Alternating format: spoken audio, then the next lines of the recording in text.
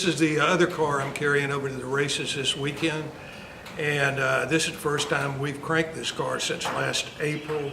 So it's got airplane fuel in it. I charged the battery, but let's see if it cranks.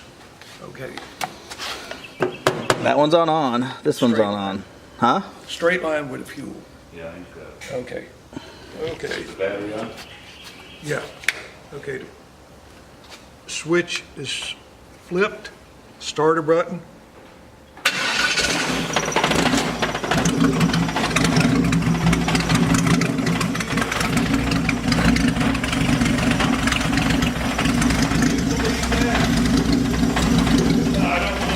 That's freaking awesome.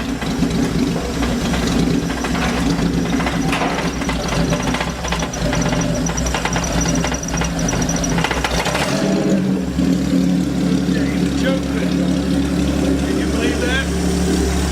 Look how that thing runs. Boy, that airplane gas definitely has a different smell to it. Yes, it does.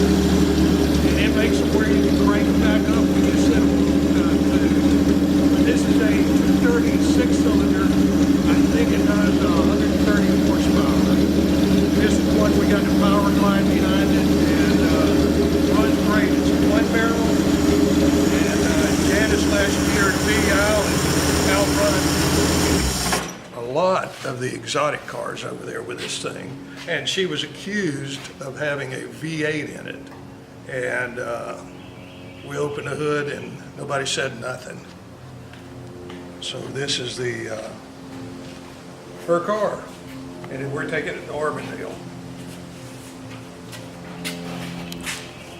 We're going to race it. We're going to race this car and the 47. And I got another experienced race car driver coming over this afternoon to drive this one at Auburndale. He's never been in one, but he's going to drive it. He thinks he knows everything.